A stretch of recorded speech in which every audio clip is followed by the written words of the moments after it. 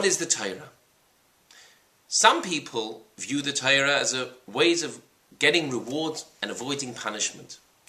Others, they view it as a good life, a way to show us how to lead a good, moral, upliving, sweet life. But the Torah is God-given, and therefore it has an infinite amount of aspects. I want to go a bit deeper and discuss one of the most important aspects of the Torah. Now, the world around us can be split up into 4 categories. It's split up into mineral, plant, animal, and mankind. Now, the highest of all those categories, mankind, and the highest within mankind, really has no relationship, nothing in common with the infinite creator. And you can't even compare it to the relative difference between the mineral and mankind and a human being. Because both of those are within the world. They're both created beings. But to go from limited to infinite, there's an infinite gap. But God in His kindness has given us a way that we can approach and we can unite with the infinite. We can go beyond our inherent limitations. Obviously, the Creator knows how and the means to be able to connect with Him, to connect with the infinite. And He knows our capacity. He knows how we are able to do that. And herein lies one of the most important aspects of the Torah. It gives us a way to go beyond our own limitations, to go beyond the limitations of a creation, beyond the limitations of being limited. We can go beyond ourselves.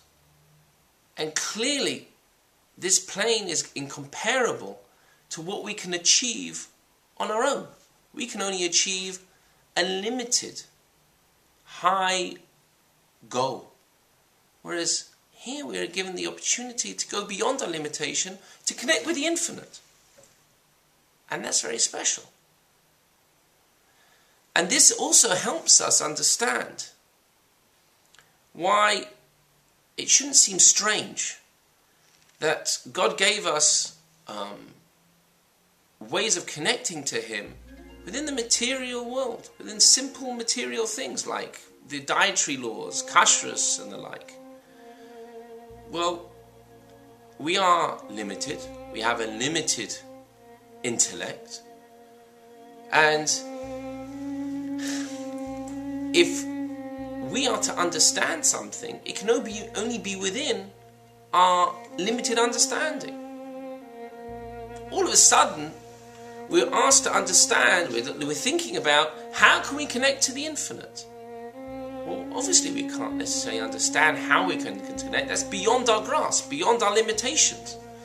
Only the Creator, He can show us how to connect with Him. And that's through Torah and mitzvahs, through Torah and its commandments. And we are given this opportunity, as the Torah says, that you are connected, you are connected to God, and you're living today. To the Creator, all created things are ultimately removed. There's no real... You can ask the same question of how can a material thing connect to God, the same way you can ask on a spiritual thing, how can it connect to God? Both are infinitely removed from God. It is only the Creator gave us the possibility to rise not only above our created bounds, but beyond, towards the infinite. And He desired that this possibility be open to the widest spectrum of people. Consequently, He has conditioned the possibility upon ways and means which is accessible to all, namely through the Torah and through the mitzvahs. we can go beyond ourselves through the Torah.